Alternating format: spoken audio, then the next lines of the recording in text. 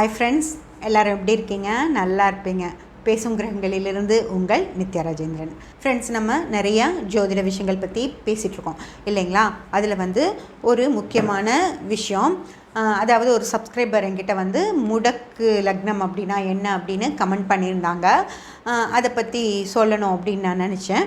அதுதான் இந்த பதிவு நீளமாக இருந்தது அப்படின்னா பார்ட் 1 பார்ட் 2 அந்த மாதிரி போட்டுடலாம் அப்படின்னு இருக்கேன். நீங்கள் எல்லாத்தையும் பாருங்கள், அதில் உங்களுக்கு என்ன தோணுதோ அப்படிங்கிறத கமெண்ட்டும் பண்ணுங்கள் ஃப்ரெண்ட்ஸ். ஓகேங்களா? இப்போது முடக்கு லக்னம், அவங்க கேட்டது முடக்கு லக்னம். இதில் என்னென்ன விஷயங்கள் இருக்குது அப்படின்னு பார்த்தீங்கன்னா, முடக்கு நட்சத்திரம் அப்படின்னும் சொல்கிறாங்க, முடக்கு ராசி அப்படின்னும் சொல்கிறாங்க ஃப்ரெண்ட்ஸ். இதெல்லாம் என்ன அப்படின்னு நம்ம பார்க்கலாம்.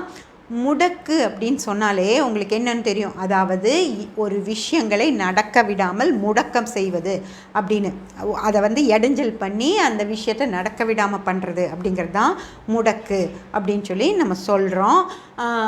அந்த மாதிரி ஒரு ஜாதகர்களுக்கு, ஒவ்வொரு ஜாதகர்களுக்கும் முடக்கு நட்சத்திரம் அப்படின்னு சொல்லி ஒன்று இருக்காமா. அதே போல் முடக்கு ராசி அப்படின்னு சொல்லி ஒன்று இருக்குது. அந்த முடக்கு ராசி வர்ற இடத்தையே லக்னம்னு வச்சுக்கிறனால நம்ம அதை முடக்கு லக்னம் அப்படின்னும் அவங்க கேட்டாங்க முடக்கு லக்னம் அப்படின்னும் வச்சுக்கலாம் அப்படின்னு இந்த விஷயங்கள்லாம் இருக்குது. ஓகேங்களா? இப்போது ஒரு விஷயம் நடக்காமல் இருக்கிறதுக்கு ஒரு முடக்கு ராசி, முடக்கு லக்னம் அதெல்லாம் வச்சு தான் அந்த விஷயம் நடக்காமல் இருக்கா அப்படின்னு சொல்லி பார்க்குற விஷயங்களெல்லாம் ஜாதகத்தில் கிடையாது. ஓகேங்களா? உங்களுக்கு அது நல்லாவே தெரியும். இன்றைக்கி தேதியில் ஒரு ஜாதகருக்கு ஒரு விஷயம் ஒன்று சரியில்லாமல் இருக்குது அப்படின்னா எந்த கிரகம் பண்ணுது அப்படிங்கிறத நம்ம ஈஸியாக கிரகத்தோடைய நிலைகளை வச்சு நம்ம கண்டுபிடிச்சிட முடியும் இல்லைங்களா? இதுக்கு இந்த மாதிரி விஷயங்களையெல்லாம் முடக்கு அப்படின்னு ஒரு விஷயத்தை வச்சு தான் அதை பார்க்கணும் அப்படிங்கிறது இந்த காலகட்டத்தில், இன்றைக்கி இந்த 2024 பல விஷயங்கள் சிறப்பாக துல்லியமாக ஜோதிடத்தில் வந்ததுக்கப்புறம் இன்னும் அந்த பழைய முடக்கு அப்படின்னு ஒரு விஷயத்தை சொல்ல வேண்டிய அவசியமே இல்லை. அது ஏன் அப்படின்னு சொல்லி உங்களுக்கு நான் தெளிவாக விளக்கமாக சொல்கிறேன் ஃப்ரெண்ட்ஸ். அதுக்கப்புறமா நீங்கள் இதையெல்லாம் எடுக்கணுமா ஜாதகத்தில் அப்படின்னு சொல்லி நீங்களே யோசித்து பாருங்கள். ஓகேங்களா? முடக்கு ராசினா என்னன்னு சொல்லிட்டேன். உங்களுக்கு சிரமங்களை கொடுக்கக்கூடியது தான் முடக்கு ராசி நட்சத்திரம். அதாவது நம்மக்கிட்ட 27 நட்சத்திரங்கள் இருக்குது. ஓகேங்களா? அந்த 27 நட்சத்திரங்களும் இங்கே அஸ்வினி, இதுதான் மேஷ ராசி. இந்த மேஷ ராசி அஸ்வினி நட்சத்திரத்தில் தொடங்கி மீன ராசி ரேவதி நட்சத்திரத்தில் 27 நட்சத்திரங்களும் முடியுது ஃப்ரெண்ட்ஸ். ஓகேங்களா? அதில் சூரியன் ஏதோ ஒரு இடத்துல இருக்கும் இல்லைங்களா? சூரியன் எங்கே வேணால் நம்ம இங்கே வச்சுக்கலாம். சூரியன் இங்கே இருக்குது அப்படின்னா இந்த கட்டத்தில் 3 நட்சத்திரங்கள் இருக்கும். மிருகசீரிஷம், திருவாதிரை, புனர்பூசம் அப்படின்னு சொல்லி 3 நட்சத்திரங்கள் இந்த மிதுன கட்டத்தில் இருக்கும். ஓகேங்களா? அந்த 3 கட்டத்தில் நம்ம திருவாதிரைன்னு வச்சுக்கலாம். திருவாதிரையில் சூரியன் இருக்கார் அப்படின்னு சொல்லி நம்ம வச்சுக்கலாம். அந்த திருவாதிரை நட்சத்திரத்தில் இருந்து எண்ணிக்கிட்டே வரணுமா ஃப்ரெண்ட்ஸ். எண்ணிக்கிட்டே வந்தோம் அப்படின்னா இங்கே மூலம் இருக்கும். இந்த மூல நட்சத்திரம் வரைக்கும் எத்தனை நட்சத்திரங்கள் இங்கே இருக்கோ, அதாவது சூரியன் திருவாதிரையில் இருக்குது, சூரியன் திருவாதிரையில் இருக்குது, திருவாதிரையிலேருந்து இங்கே மூலம் வரைக்கும் முதல்ல நம்ம எண்ணிக்கலாம் ஃப்ரெண்ட்ஸ். இப்போது ஒரு மண்டலத்தில் 9 நட்சத்திரங்கள் இருக்குது அப்படிங்கிறது உங்களுக்கு தெரியும். கேதுவுடைய நட்சத்திரம், சுக்கிரனுடைய நட்சத்திரம், சூரியனுடைய நட்சத்திரம், சந்திரனுடைய நட்சத்திரம், செவ்வாயுடைய நட்சத்திரம், ராகுவுடைய நட்சத்திரம், குருவுடைய நட்சத்திரம், சனியுடைய நட்சத்திரம், அடுத்து புதனுடைய நட்சத்திரம். இந்த இடத்துல ஆரம்பிக்கிற கேதுவுடைய நட்சத்திரம் இந்த இடத்துல புதனோட நட்சத்திரத்தில் முடியும். அதுக்கப்புறம் திரும்பியும் இங்கே ஆரம்பிக்கும். இங்கே கேதுவுடைய நட்சத்திரம் ஆரம்பிக்கும். இந்த இடத்துல புதனோட கேட்டையில் முடியும். புதனோட கேட்டையில் முடிஞ்சு திரும்பியும் இங்கே கேதுவுடைய நட்சத்திரமான மூலத்தில் இங்கே ஆரம்பித்து இங்கே புதனுடைய நட்சத்திரமான ரேவதியில் முடியும் ஃப்ரெண்ட்ஸ். இந்த ஒவ்வொரு மண்டலம் இருக்குது இல்லைங்களா, இது மேஷ மண்டலம் அப்படின்னு இந்த 4 கட்டத்தையும் மேஷ மண்டலம்னு சொல்லுவாங்க. இந்த 4 கட்டத்தை சிம்ம மண்டலம் சொல்லுவாங்க. இந்த 4 கட்டத்தை தனுர் மண்டலம் சொல்லுவாங்க. இதில் 9 நட்சத்திரங்கள் இது வரைக்கும் இருக்கும். இங்கிருந்து ஸ்டார்ட் ஆகி 9 நட்சத்திரம் இங்கே இருக்கும். இங்கிருந்து ஸ்டார்ட் ஆகி 9 நட்சத்திரம் இங்கே இருக்கும் ஃப்ரெண்ட்ஸ். அதில் வந்து இந்த சூரியன் திருவாதிரையில் இருக்குது. திருவாதிரை எந்த கிரகத்துடைய நட்சத்திரம் அப்படின்னு பார்த்தீங்கன்னா ராகுவுடைய நட்சத்திரம் திருவாதிரை. ஓகேங்களா? அப்போது ராகு எங்கே வராருன்னு பார்த்தீங்கன்னா முதல்ல வந்து கேது, அப்புறம் சுக்கிரன், சூரியன், சந்திரன், செவ்வாய் 5 நட்சத்திரம் முடிஞ்சு 6வது நட்சத்திரமான ராகுவுடைய திருவாதிரை நட்சத்திரம் இங்கே 6வது நட்சத்திரமாக வரும் ஃப்ரெண்ட்ஸ். ஓகேங்களா? இந்த 6வது நட்சத்திரத்துக்கு அப்புறமா ராகுவுடைய 6வது நட்சத்திரம் முடிஞ்சு 7வது நட்சத்திரமாக குருவுடைய புனர்பூசம் வரும். 8வது நட்சத்திரமாக சனியுடைய பூசம் வரும். 9வது நட்சத்திரமாக புதனுடைய ஆயுள்யம் வரும். ஓகேங்களா ஃப்ரெண்ட்ஸ்? இப்போது இந்த ஒவ்வொரு மண்டலத்துலேயும் 9 நட்சத்திரங்கள் இருக்குதுன்னு சொன்னேன் இல்லைங்களா? சிம்மம், மேஷ மண்டலம், சிம்ம மண்டலம், தனுர் மண்டலம். இதில் 3 மண்டலங்கள்லேயும் 9 நட்சத்திரங்கள் இருக்குது. அதில் வந்து இங்கே அஸ்வினி வந்து 1, பரணி 2, கிருத்திகை 3, ரோகிணி 4, மிருகசீரிஷம் 5, ராகுவுடைய திருவாதிரை 6வது நட்சத்திரம் ஃப்ரெண்ட்ஸ். இந்த 6வது நட்சத்திரத்தில் இப்போ சூரியன் இருக்கார். ஓகேங்களா? இந்த 6க்கு அப்புறம் புனர்பூசம் 7, பூசம் 8, புதனுடைய ஆயுள்யம் 9. ஓகேங்களா? 9. அடுத்து திரும்பவும் கேதுவுடைய சிம்ம மண்டலம் ஆரம்பிச்சிரும்.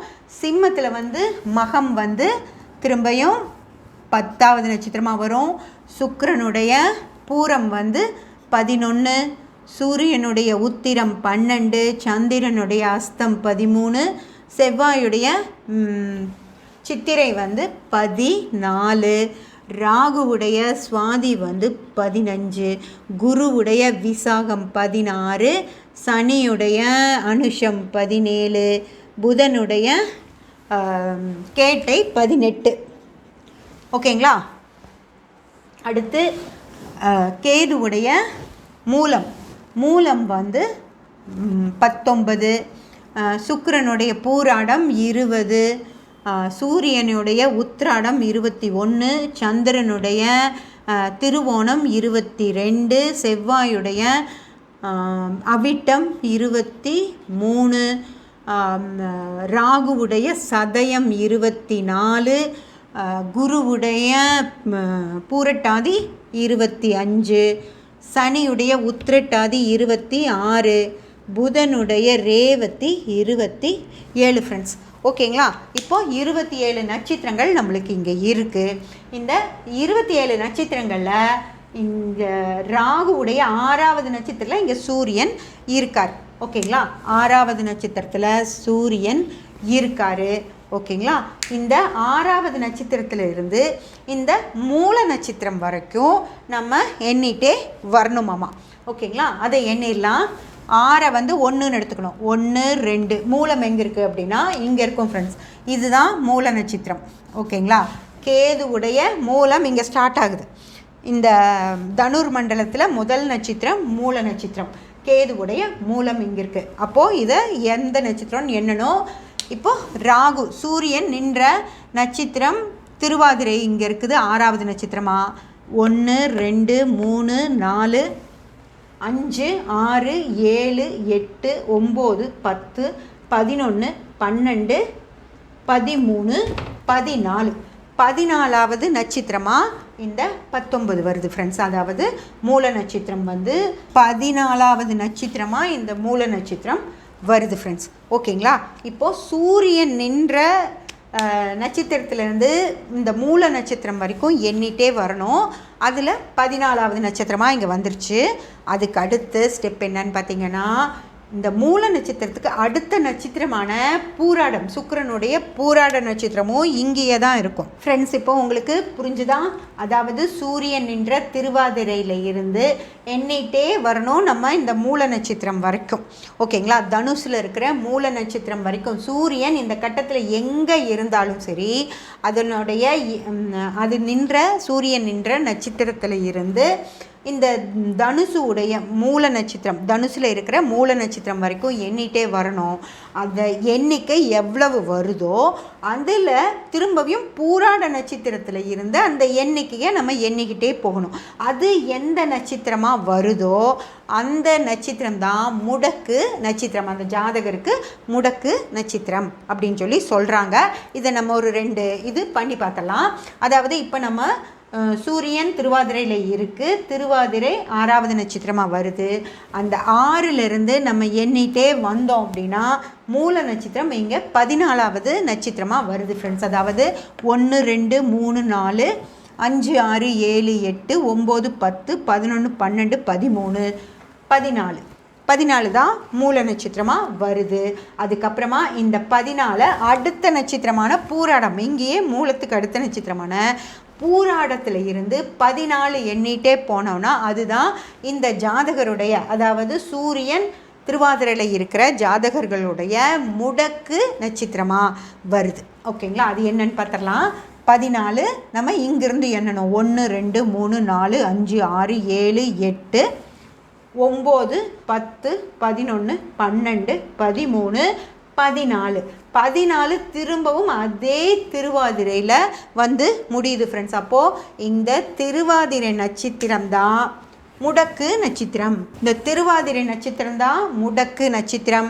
இந்த மிதுன ராசி தான் முடக்கு ராசி.